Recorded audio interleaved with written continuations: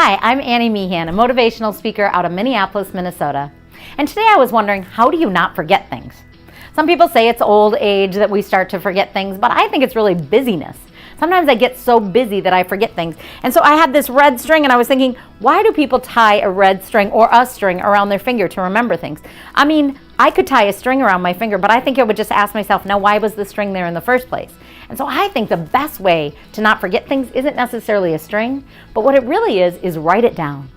Every single evening before I go to bed, I take my to-do list from the day before. I cross off the things that I got done and I circle the ones that I still want to do the next day.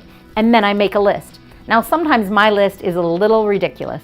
I have so many things on my list. Simple things from make a spark first thing in the morning to complicated things from write another 20 choose letters and everything in between. Mail a letter, walk the dogs. It doesn't matter. I write it down.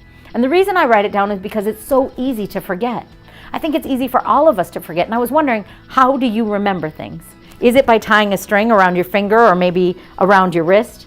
Or is it by writing it down? And for me, that tool of writing down what I want to get done, things that I want to do, even if it takes me a week to do them and I keep moving them forward, well, eventually I will get them done and I won't forget.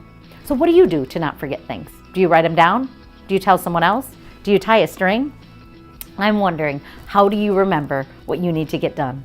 And for me, that list gets me so fired up every morning that I can get most of it done by 9 a.m. So then I figure if I don't get the rest done, at least I did something. How do you not forget? I'm Annie Meehan out of Minneapolis, reminding people to be intentional about what we're doing and why we're doing it, because then we'll have better results. So I'm Annie, and I would love to come speak with you and your team at your next conference.